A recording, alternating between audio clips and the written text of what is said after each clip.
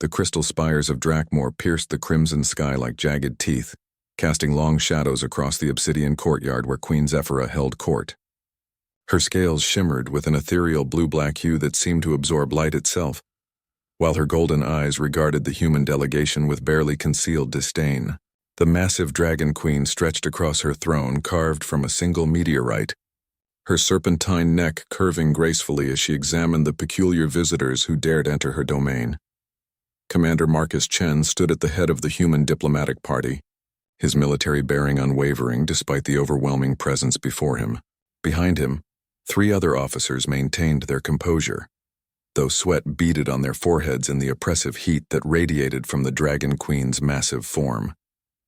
The chamber itself was a testament to draconic power, with walls adorned with the treasures of 1,000 conquered worlds and the bones of those foolish enough to challenge Zephyra's rule.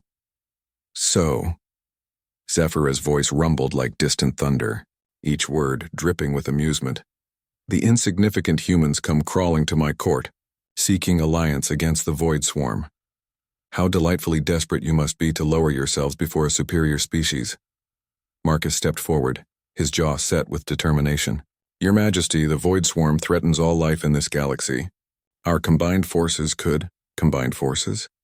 The Dragon Queen's laughter shook the very foundations of the palace, causing several smaller dragons perched along the walls to flutter nervously.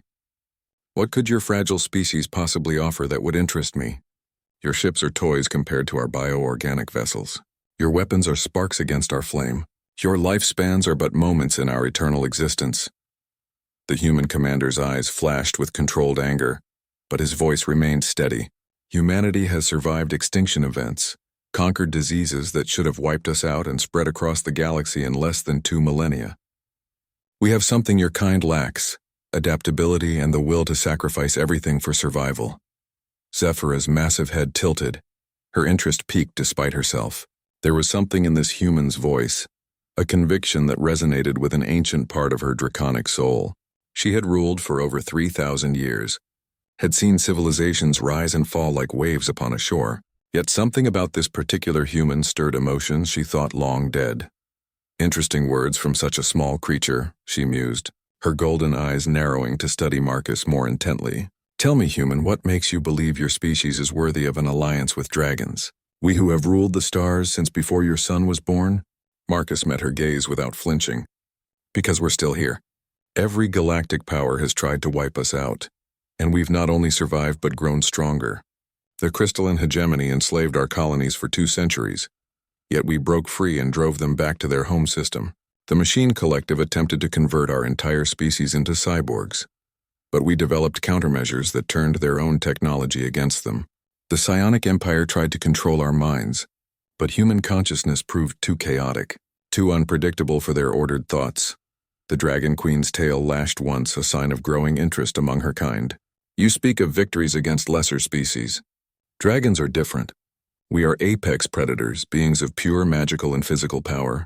What could humans possibly offer us? Partnership, Marcus replied without hesitation. Not subjugation, not worship, but true partnership. Humans don't just adapt to survive, we make everything around us adapt. We turn enemies into allies, weaknesses into strengths. We could offer you something no other species has. Growth. For a moment, silence filled the vast chamber. Zephyra's ancient mind processed the human's words, comparing them to the countless diplomatic overtures she had received over the millennia. Most species approached her with offerings of tribute, promises of servitude, or threats of violence. None had ever suggested that they could offer her something she lacked. Growth, she repeated, her voice softer now, almost contemplative. You assume we dragons have need of such things. We are already perfect beings, evolved beyond the petty struggles that plague lesser races. Marcus smiled. And for the first time since entering the chamber, Zephyra saw something that gave her pause, genuine warmth mixed with determination. With respect, Your Majesty, perfection is another word for stagnation. When was the last time your empire expanded? When did you last face a challenge that truly tested your abilities? We humans believe that growth comes through struggle, through facing the impossible and making it possible. The massive dragon's eyes widened slightly. In her long existence, no being had ever suggested that dragons might be lacking in any way. The audacity was breathtaking. Yet she found herself drawn to the concept rather than offended by it. This human possessed a courage that bordered on madness, standing before her and essentially telling her that her species had become complacent. "And how?" she asked, her voice now carrying genuine curiosity. "Would you propose this partnership manifest itself? What form would this growth take?" Marcus stepped closer, his fellow officers tensing behind him. "We propose a formal alliance sealed by the most ancient tradition known to both our species, marriage. A union that would bind our peoples together and create something entirely new." The words hung in the air like a physical presence. Several of the lesser dragons hissed in shock, their wings fluttering with agitation. Zephyra herself went completely still, her massive form frozen as she processed the implications of what the human had just suggested. "Marriage?" she whispered, her voice barely audible yet somehow carrying to every corner of the vast chamber. "You would dare suggest that I, Queen of all Dragons, lower myself to mate with a human? The very idea is revolutionary," Marcus interrupted, his voice growing stronger. "Imagine the possibilities. Dragon strength combined with human adaptability, ancient wisdom merged with innovative thinking, magic enhanced by technology. The offspring of such a union would be unlike anything the galaxy has ever seen." Zephyra's laughter erupted again, but this time it carried a different quality, not derision, but genuine amusement mixed with something that might have been intrigue. "The offspring? Oh, little human, you truly are mad. Dragon and human genetics are completely incompatible. Any attempt at reproduction would result in nothing but failure. You speak of impossibilities as if they were foregone conclusions." Marcus maintained his confident stance, though inside his heart hammered against his ribs. Perhaps that's exactly what the galaxy needs right now, the impossible made real. The Void Swarm considers itself invincible because it has never encountered anything it couldn't absorb or destroy. Maybe it's time to show them something truly unprecedented. The Dragon Queen studied him for long moments, her ancient mind turning over possibilities she had never before considered. Finally she spoke, her voice carrying a note of challenge. "You amuse me, human. Very well. I accept your proposal. Not because I believe in your ridiculous notions of compatibility, but because I am curious to see how spectacularly you will fail. Perhaps watching a human attempt the impossible will provide entertainment during these dark times." 3 months had passed since the wedding ceremony that shocked both species to their core. The Grand Hall of Drakmor still bore the scorch marks from the traditional dragonflame blessing, while fragments of human crystal confetti glittered in the crevices between ancient stones. Queen Zephyra had transformed into her humanoid form for the ceremony, a statuesque woman with midnight blue hair and eyes that held the depth of stars, though her true draconic nature remained evident in the way shadows seemed to bend around her and how her touch could ignite flames from thin air. Marcus Chen, now Prince Consort of the Dragon Empire, stood on the observation deck of the palace's highest tower, watching human and dragon engineers work side by side on the first hybrid vessels. The sight would have been impossible to imagine just months ago. Massive dragons carefully manipulating delicate human components, while human technicians crawled fearlessly over draconic bioships, installing quantum processing units into living hull material. Still convinced this was madness? Zephyra's voice carried a note of amusement as she approached in her humanoid form, though her movements retained the predatory grace of her true nature. She wore robes that seemed to be cut from the fabric of space itself, shifting between deep purples and star-flecked blacks. Marcus turned to face his wife, still amazed by the transformation their union had brought to both their peoples. "The engineering teams are making progress faster than anyone anticipated. Dragon biotechnology responds to human innovation in ways we never expected. It's as if the two systems were meant to complement each other." Zephyra mused, moving to stand beside him at the balcony's edge. "The hive minds of my engineers report similar findings. Human creativity seems to unlock potentials in our organic technology that we never knew existed. Perhaps there is more to your species than I initially calculated." Below them, a dragon juvenile practiced aerial maneuvers alongside human pilots in modified fighters. The collaboration had begun awkwardly, with both sides suspicious and uncertain, but necessity had forced cooperation that gradually bloomed into genuine partnership. The Void Swarm continued its relentless advance across the outer rim, consuming entire star systems and leaving only empty space in its wake. "There's something else," Marcus said, his voice carrying an odd mixture of excitement and concern. "The medical teams have been running compatibility tests as you requested. Dr. Yamato wanted me to relay her findings." Zephyr's expression shifted subtly, her draconic pride warring with scientific curiosity. She had agreed to the test primarily to prove the impossibility of human dragon reproduction, confident that the results would validate her superiority while humoring her husband's ridiculous optimism. "And what did your human physician discover? That our genetics are as incompatible as any rational being would expect?" Marcus pulled out a holographic display unit, activating it with a gesture. Complex genetic sequences materialized in the air between them, spiraling double helixes that pulsed with different colored markers. "Actually, the results are unprecedented. Dr. Yamato says she's never seen anything like it." The Dragon Queen's golden eyes fixed on the display, her enhanced perception analyzing the data at superhuman speed. What she saw defied everything she understood about biology, genetics, and the fundamental laws governing reproduction between species. "This cannot be accurate." "Run the tests again." "We've run them 17 times, Marcus replied quietly. "The results are consistent. According to Dr. Yamato, human and dragon DNA don't just appear compatible, they seem to actively seek each other out." She described it as genetic magnetism, as if both species were designed to eventually find and merge with each other. Zephyr's humanoid form flickered slightly, her emotional control wavering as her true draconic nature threatened to emerge. "Designed by whom?" "Dragons evolved on Drakmor over millions of years. Humans developed on a completely different world in a separate arm of the galaxy. There is no force in the universe that could have coordinated such an impossibility." "Maybe," Marcus said carefully. "Or maybe the universe is stranger than either of our species realized.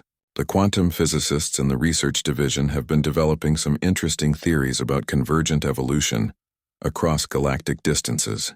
They think certain genetic patterns might be inevitable results of intelligence developing under specific cosmic conditions." The Dragon Queen turned away from the display, her mind reeling with implications she wasn't prepared to accept. For 3 millennia, she had understood her place in the cosmic order. Dragons were apex beings, evolved beyond the need for external enhancement or partnership. The idea that her species might be incomplete, that they required union with another race to achieve their full potential, challenged everything she believed about draconic superiority. "Even if the compatibility exists," she said finally, her voice carefully controlled, "it means nothing. Compatibility and successful reproduction are entirely different matters. The stress of attempting to carry hybrid offspring would likely prove fatal to both mother and children." Marcus moved closer, recognizing the uncertainty beneath her authoritative facade. "Dr. Yamato mentioned that concern. She's been working with your chief healer, Magistrix Valora, to develop monitoring protocols. They believe that with proper care and the combination of human medical technology with dragon healing magic, any risks could be minimized." "Risks minimized?" Zephyr's laughter was sharp, lacking its usual warmth. "You speak as if we were planning to undergo this experiment. I agreed to these tests purely for scientific curiosity, not with any intention of actually attempting reproduction." Before Marcus could respond, a low harmonic tone echoed through the palace, the communication frequency used only for the most urgent military reports. Both leaders immediately shifted their attention to the approaching dragon messenger, whose scales carried the distinctive silver markings of the long-range reconnaissance corps. "Your Majesty," the messenger said, shifting into humanoid form upon landing. "Urgent report from the Kentaurus system. The Void Swarm has accelerated its advance. Our projections indicate they will reach the inner colonies within 6 months, not the 2 years we previously calculated." The news hit like a physical blow. Zephyr's form solidified into her full draconic nature, her massive presence suddenly dominating the observation deck. 6 months? How is that possible? The swarm has maintained consistent advancement rates for the past century. The reconnaissance teams report that the swarm has begun incorporating new technologies and tactics. They appear to be learning from each world they consume, adapting their strategies based on the defenses they encounter. Each victory makes them stronger and more efficient. Marcus felt the weight of responsibility settle on his shoulders like a lead cloak. The alliance between humans and dragons was still fragile, their combined forces untested against a threat that had already consumed hundreds of civilizations. How much time do we need to complete the integration of our fleets? At current rates, approximately 18 months, the messenger replied. Our bioships are adapting to human technology more rapidly than anticipated, but full integration requires time for the organic components to properly incorporate the mechanical enhancements. Zafira's golden eyes burned with frustrated rage. 18 months to prepare for an enemy that will arrive in 6. The mathematics are not favorable. Unless we can accelerate the process, Marcus said quietly, his mind already working through possibilities. What if we had beings who could bridge the gap between our technologies naturally? Individuals who could communicate directly with both bioorganic and mechanical systems? The Dragon Queen's massive head turned to regard him with growing understanding and horror. You're suggesting that hybrid offspring might possess capabilities neither parent species could achieve alone? It's possible, Marcus replied, meeting her gaze steadily. Dr. Yamoto's preliminary model suggests that human-dragon hybrids might be able to interface directly with both magical and technological systems. They could serve as living bridges between our peoples, accelerating integration beyond anything we could achieve through conventional cooperation. The silence stretched between them, heavy with implications. Zafira understood that her husband wasn't just proposing a theoretical possibility. He was suggesting that their potential children might be the key to survival for both species. The irony was devastating. The Dragon Queen, who had mocked the very idea of bearing human offspring, might need to do exactly that to save her empire. The timing would be impossible, she said finally, though her voice lacked conviction. Even if conception occurred immediately, gestation periods would mean any offspring wouldn't be available for years. Marcus activated another section of the holographic display, revealing Dr. Yamoto's most startling discovery. That's where the compatibility becomes even more remarkable. The genetic analysis suggests that human-dragon hybrids might develop at accelerated rates, possibly reaching functional maturity within months, rather than years. The dragon magical essence seems to enhance human adaptability genes, while human flexibility allows dragon development patterns to compress dramatically. Zafira stared at the data, her ancient mind struggling to process possibilities that defied every natural law she understood. For the first time in millennia, the Dragon Queen found herself facing a decision that could determine not just her own fate, but the survival of everything she had sworn to protect. The royal chambers had been transformed into a medical facility that bridged two entirely different approaches to healing. Human diagnostic equipment hummed quietly alongside dragon crystal formations that pulsed with healing energy, while Dr. Yamoto worked in careful coordination with Magistrix Valora, the Dragon Empire's most skilled healer. The fusion of technologies created an atmosphere that seemed to shimmer with both scientific precision and ancient magic. Zafira lay upon a bioorganic platform that had grown specifically to support her humanoid form, though her draconic nature remained evident in the way her skin occasionally flickered with scale patterns, and her eyes retained their otherworldly golden glow. Marcus sat beside her, his hand carefully placed over hers, both of them still amazed by the decision they had made 3 weeks earlier. The readings are unlike anything in medical literature, Dr. Yamoto murmured, studying the holographic displays that surrounded the examination platform.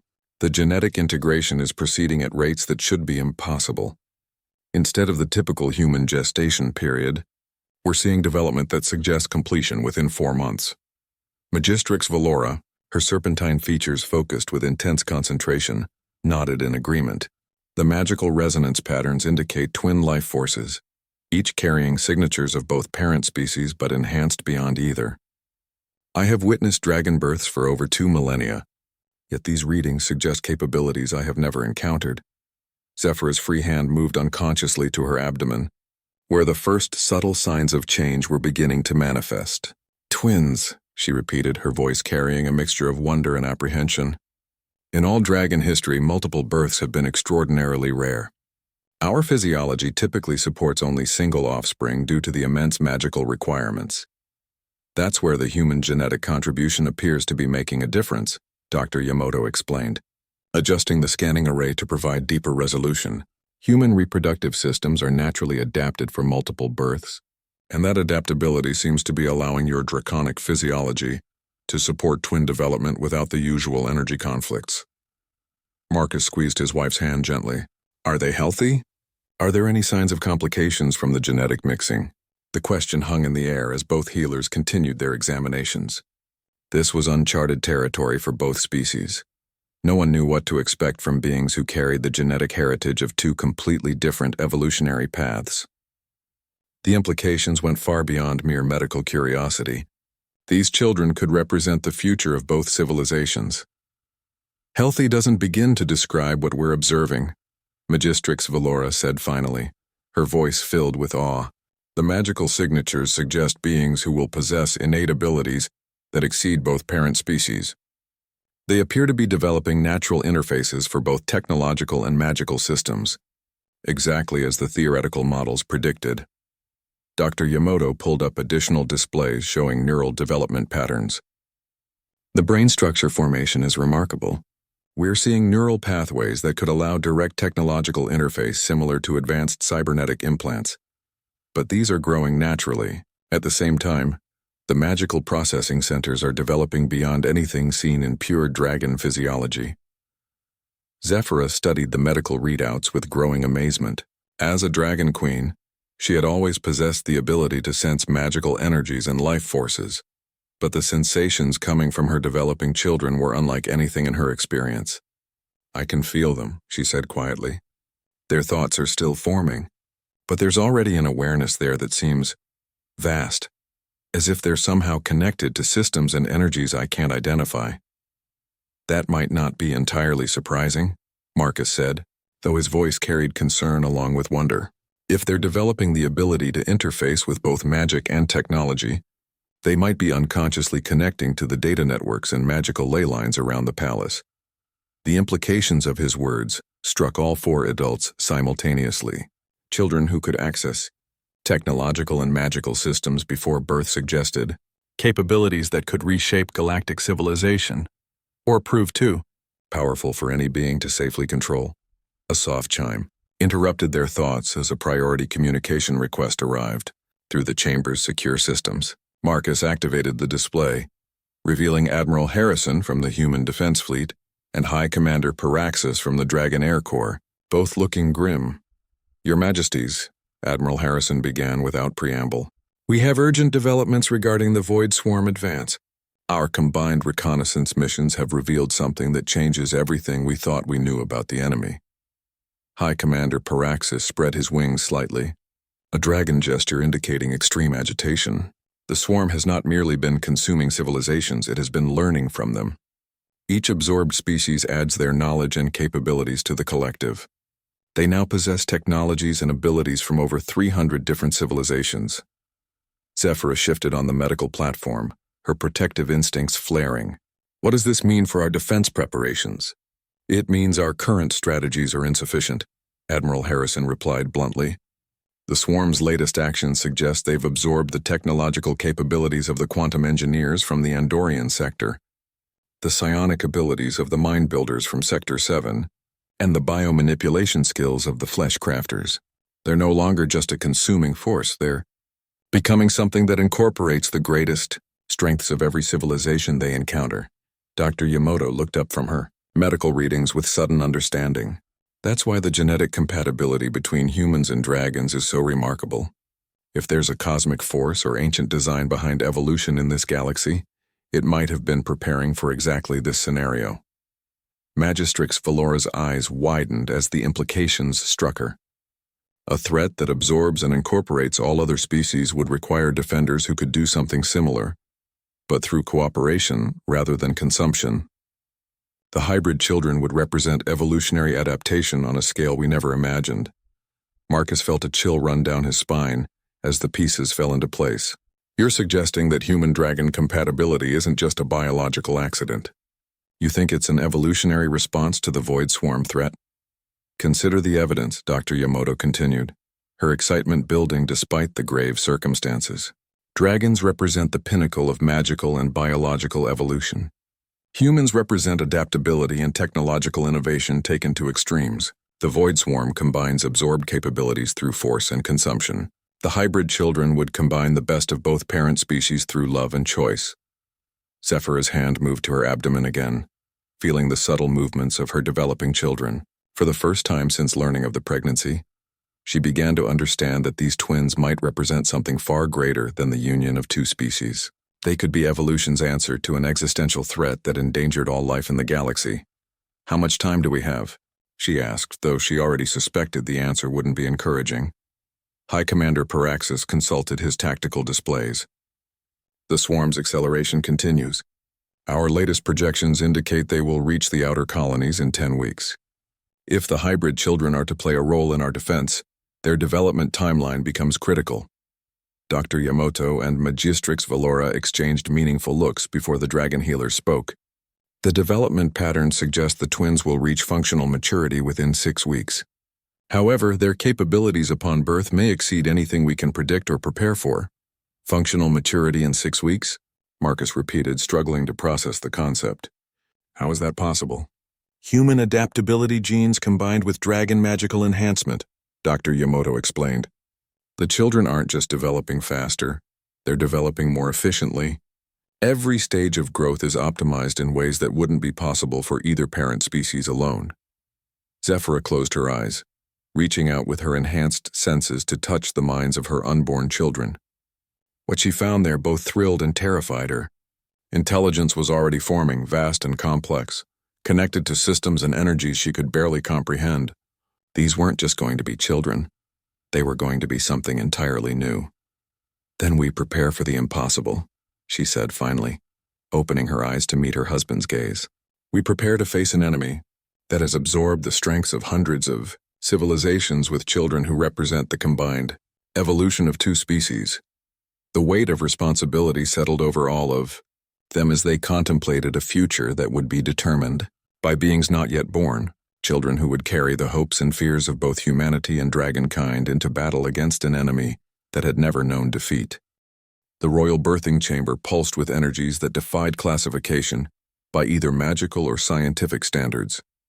Ancient dragon crystals resonated in harmony with sophisticated human monitoring equipment, creating a symphony of light and sound that seemed to bridge the gap between two entirely different understandings of reality. Dr. Yamato and Magistrix Valora worked side by side. Their combined expertise focused on bringing forth beings that would reshape the galaxy's understanding of what was possible. Zephyra gripped Marcus's hand with strength that could have crushed steel, though her husband showed no sign of discomfort. Over the past 6 weeks, their bond had deepened beyond the political alliance that had brought them together, evolving into something that transcended species barriers. The Dragon Queen's humanoid form flickered occasionally with scales and flame as her control wavered under the intensity of labor, while Marcus remained steadily at her side, his presence somehow helping to stabilize her chaotic energies. "The magical resonance is reaching unprecedented levels," Magistrix Valora announced, her voice tight with concentration as she monitored the energy flows surrounding the birthing platform. "The children are not merely being born, they are reshaping the local reality matrix as they emerge." Dr. Yamato nodded grimly, watching readouts that displayed biological processes that shouldn't have been possible. "Neural activity is off the charts. Both children are showing brain function that exceeds adult human norms. And we're detecting patterns that suggest they're already interfacing with the palace's technological systems." Through the massive windows of the chamber, the aurora effects normally visible only in Drakmor's upper atmosphere had descended to ground level, painting the sky in swirling patterns of gold and silver that seemed to pulse in rhythm with Zephyra's contractions. Throughout the palace and the surrounding city, both human and dragon equipment was registering energy fluctuations that matched no known phenomena. "Something's happening to the hybrid vessels in the shipyards." Admiral Harrison's voice crackled through the communication system. "The bioorganic components are responding to energy signatures coming from the palace.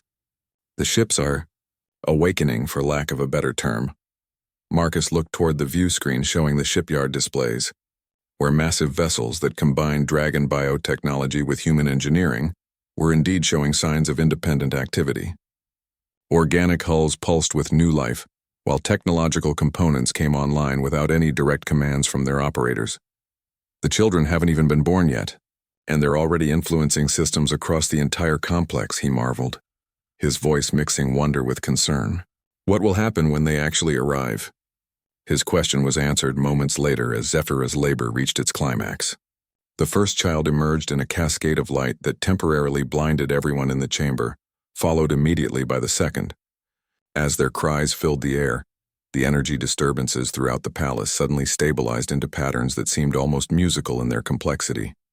Dr. Yamato carefully lifted the first twin, a boy whose skin seemed to shift between human flesh and dragon scales depending on the angle of observation. His eyes opened immediately, revealing irises that held depths like miniature galaxies, while his tiny hands moved with purpose that suggested awareness far beyond what any newborn should possess.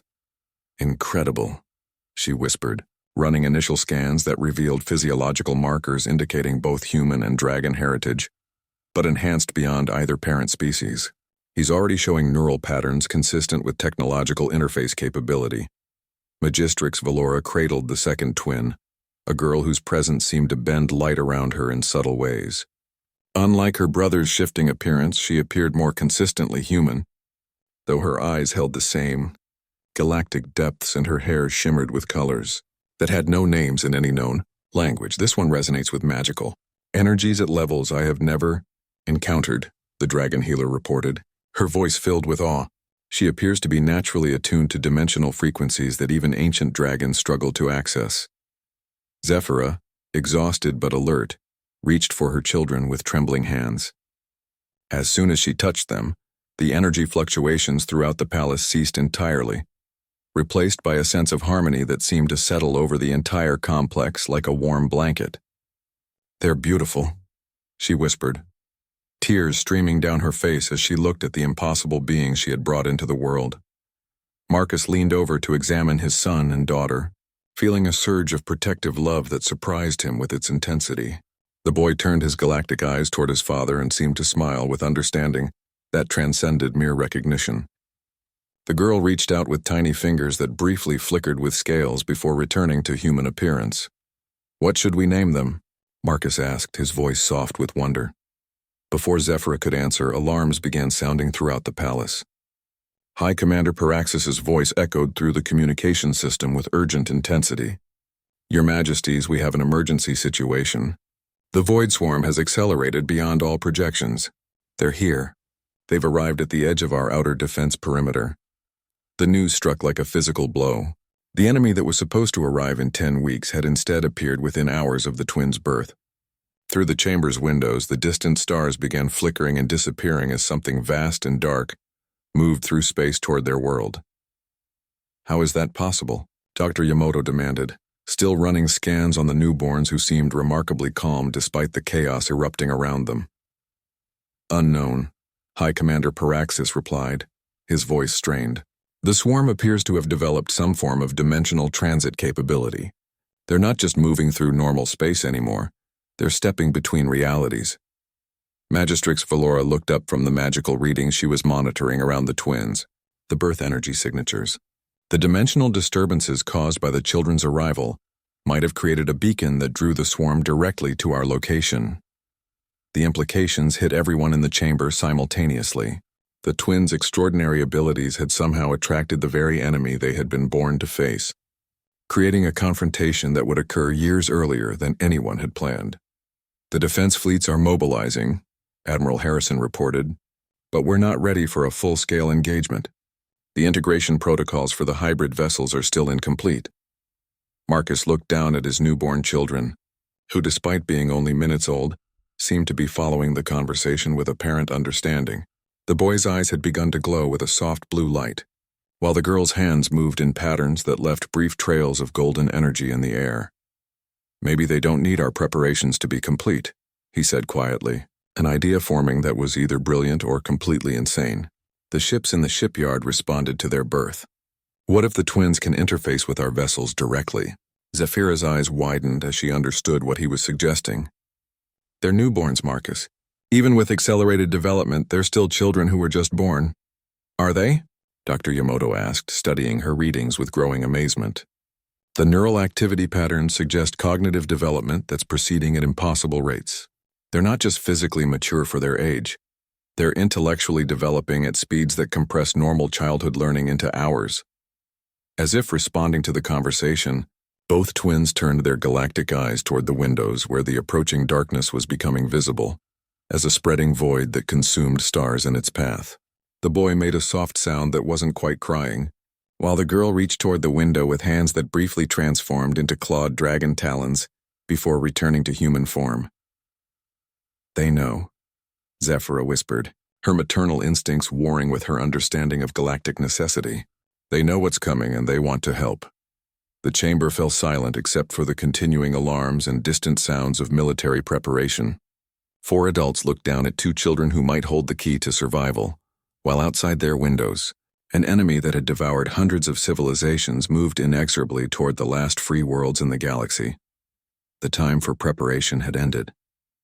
The impossible had become inevitable, and the fate of every living being in their corner of the universe would soon rest in the hands of twins who had been born into a war that had been waiting for them since before their parents had ever met. The command center of Drakmor Palace had been transformed into a war room that hummed with the energy of 2 civilizations united in desperate purpose.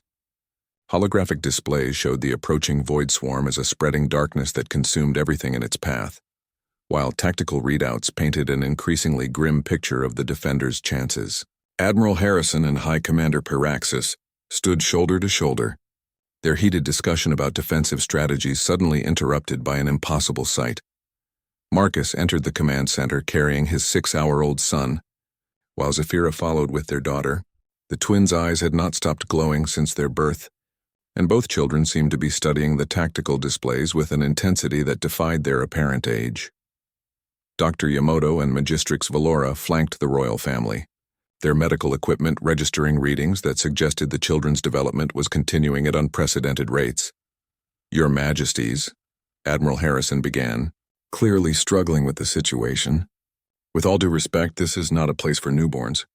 The command center needs to remain focused on—" He stopped mid-sentence as the boy in Marcus's arms extended a tiny hand toward the main tactical display. The holographic projection immediately shifted, revealing details about the void swarm's composition and movement patterns that their most advanced sensors had been unable to detect. Information flowed across the display faster than human eyes could follow, but every detail was perfectly accurate according to the confused operators checking their instruments. "How is he doing that?"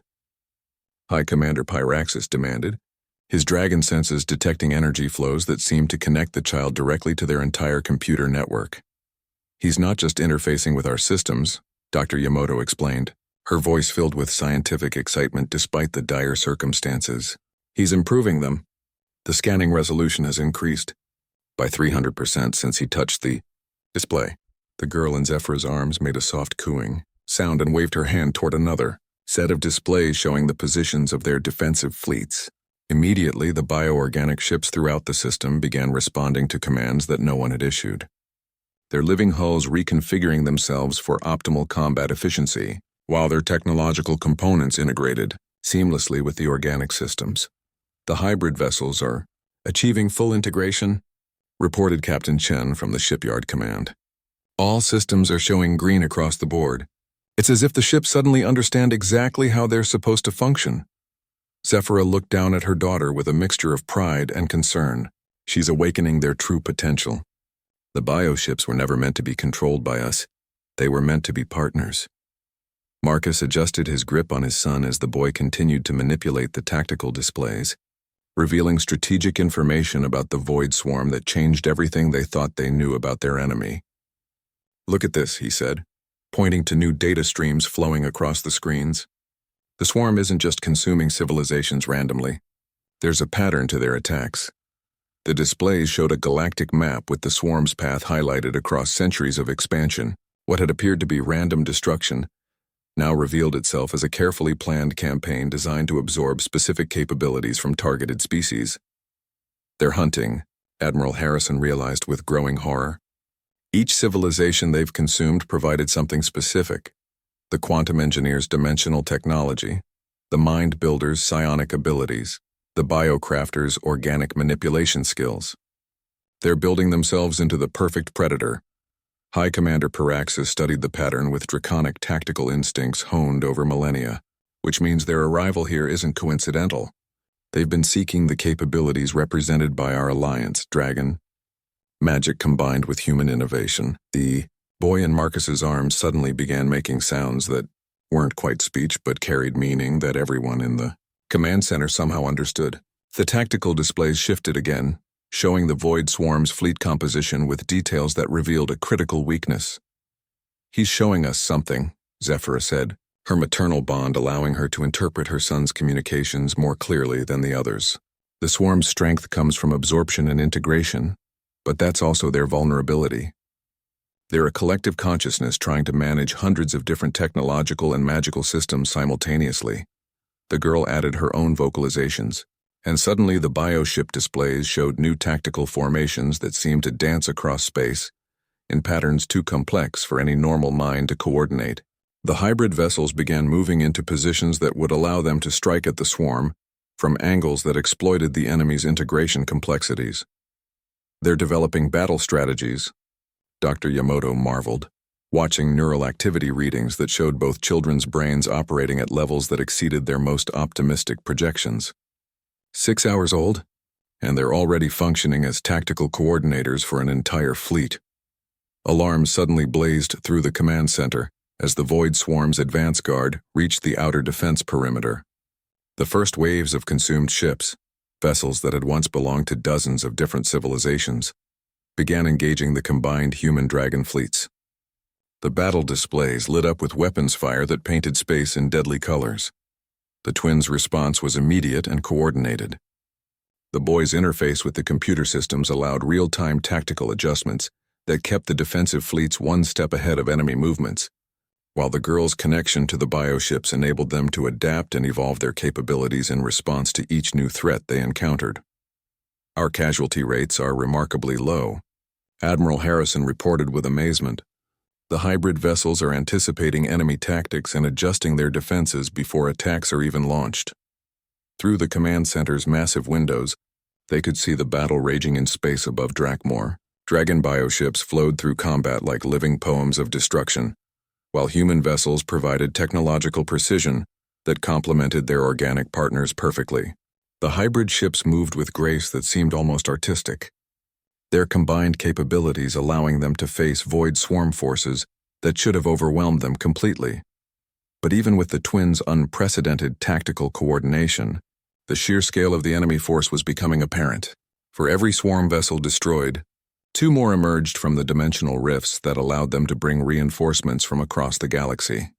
"We're holding them," High Commander Paraxis reported, "but barely. The swarm has resources we can't match in a prolonged engagement." The girl in Zephyra's arms suddenly grew very still, her galactic eyes focusing on something beyond the visible battle. She made a sound that was both musical and urgent, her tiny hands moving in patterns that left trails of golden energy in the air.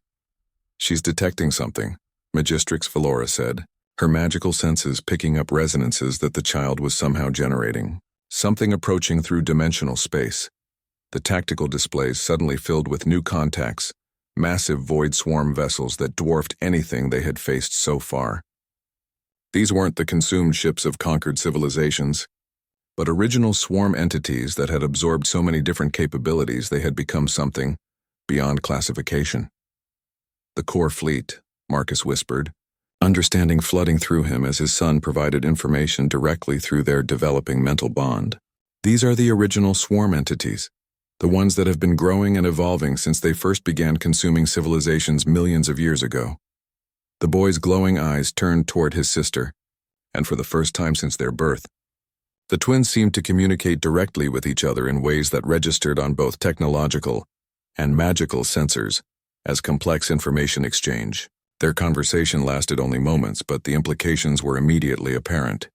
"They're planning something," Zephyra said, feeling the shifts in her children's emotional states through their bond, something that requires both of them working together. The girl reached toward her brother, their tiny hands touching briefly. The moment of contact sent energy waves through every system in the palace, causing displays to flicker and magical crystals to resonate with harmonic frequencies that had never been heard before. When the energy surge faded, both twins had changed. Their eyes now held depths that seemed to contain entire universes, and their presence had become something that bent reality around them in subtle but unmistakable ways. They were no longer just extraordinarily gifted children. They had become something entirely new. "The battle is about to change," Marcus said quietly, feeling the shift in his son's nature through their deepening connection. "Whatever happens next, I don't think any of us are prepared for it."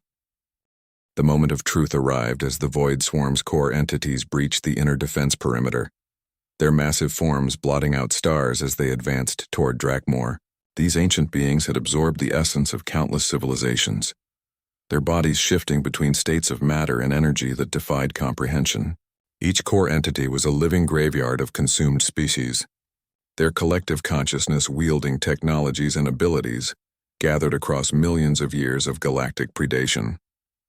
In the command center, the twins had undergone a transformation that left everyone present struggling to understand what they were witnessing.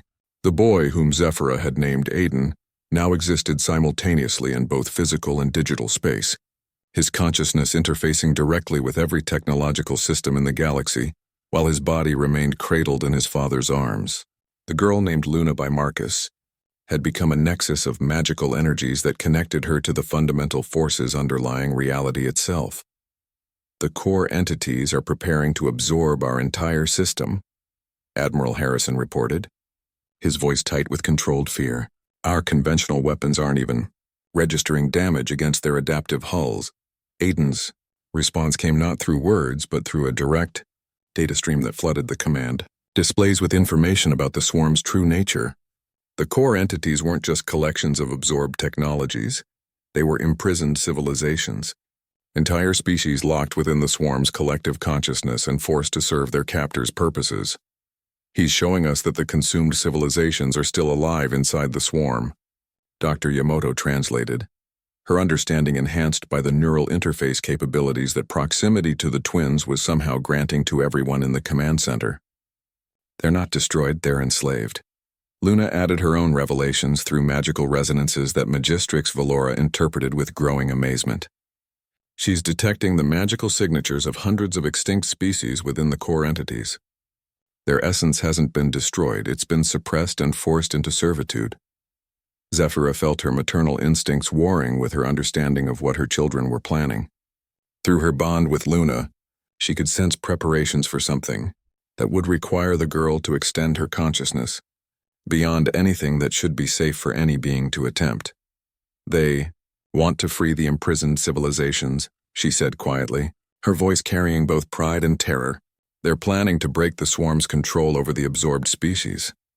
Marcus looked down at Aiden, whose eyes now held swirling galaxies that seemed to contain entire technological civilizations. The energy requirements for something like that would be impossible. Even with their enhanced capabilities, they're still just children. But even as he spoke, both twins were reaching beyond their individual abilities to something that transcended the sum of their parts. Aiden's technological interfaces began linking with Luna's magical connections, creating a bridge between science and sorcery that had never before existed. Their combined consciousness expanded outward, touching systems and energies across the entire galaxy. Through the command center's windows, the battle above Drakmor suddenly shifted. The hybrid vessels, previously limited to defensive tactics, began moving with purpose that suggested coordination from a source beyond normal tactical planning. Dragon bioships and human technology merged in ways that created entirely new forms of warfare, while the vessels themselves began to evolve in real time to meet each new challenge. "The ships are changing," Captain Chen reported from the shipyard. "They're not just adapting, they're transcending their original designs. It's as if they're becoming something that was always meant to exist, but never had the catalyst to emerge." Luna's magical influence began extending beyond the physical realm, reaching into the dimensional spaces where the Void Swarm stored its absorbed civilizations. Her consciousness touched minds that had been imprisoned for millennia, offering hope to species that had long ago given up any thought of freedom. Aiden's technological mastery allowed him to analyze the control mechanisms that kept the absorbed civilizations enslaved. His interface revealed weaknesses in the swarm's collective consciousness, points where the integration of so many different species had created instabilities that could be exploited. "They're doing it," Magistrix Valora whispered, her magical senses detecting changes in the approaching core entities. The twins are actually reaching the imprisoned civilizations and offering them a choice. The first liberation began with the smallest core entity, a being that had absorbed only a dozen civilizations over its existence. Luna's magical touch reached the crystalline hegemony species imprisoned within, offering them the power to reclaim their own identity. Aiden's technological interface provided the means to break the control systems that held them captive. The result was spectacular and terrifying. The core entity suddenly convulsed as the crystalline hegemony consciousness reasserted itself, their geometric ships erupting from the swarm being's hull like crystalline flowers blooming from dark soil.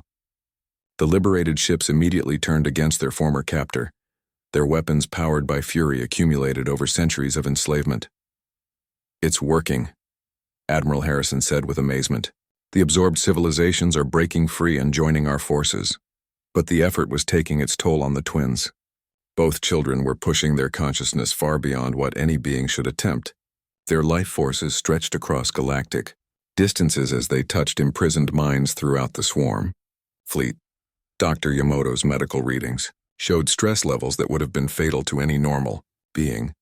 "They can't maintain this," she warned, watching neural activity patterns that indicated the twins were burning through their life energy at unsustainable rates. "They're giving everything they have to free the absorbed civilizations." Zephyra and Marcus exchanged a look that carried the weight of impossible choices.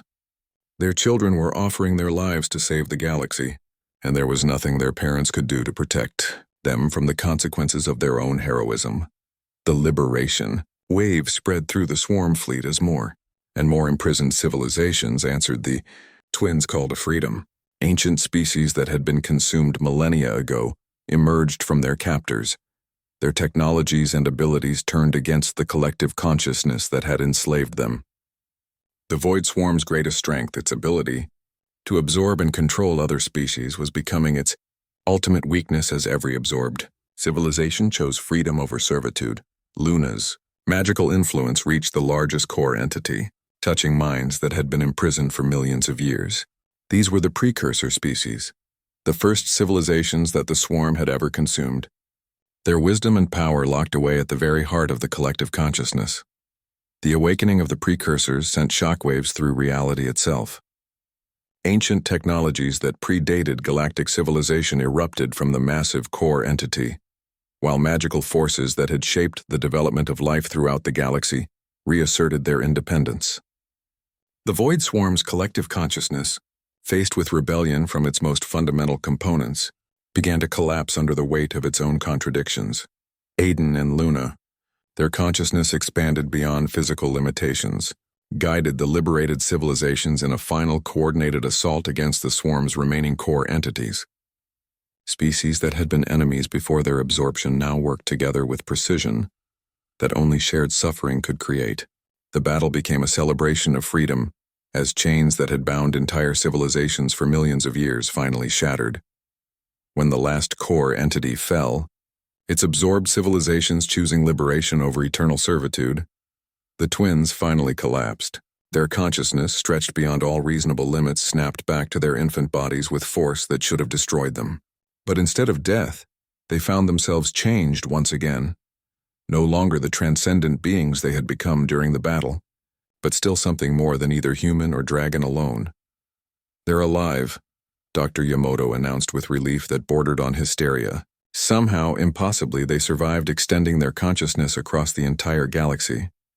Zephyra cradled Luna, while Marcus held Aiden, both parents amazed to find their children looking up at them with eyes that held depths of experience no beings their age should possess, yet still carried the innocent wonder of newborns. "The Void Swarm is finished," High Commander Paraxis reported, studying displays that showed hundreds of liberated civilizations establishing peaceful contact with each other and with the Human-Dragon Alliance. But more than that, the galaxy has been fundamentally changed. The twins didn't just defeat our enemy, they created the foundation for a new form of galactic civilization.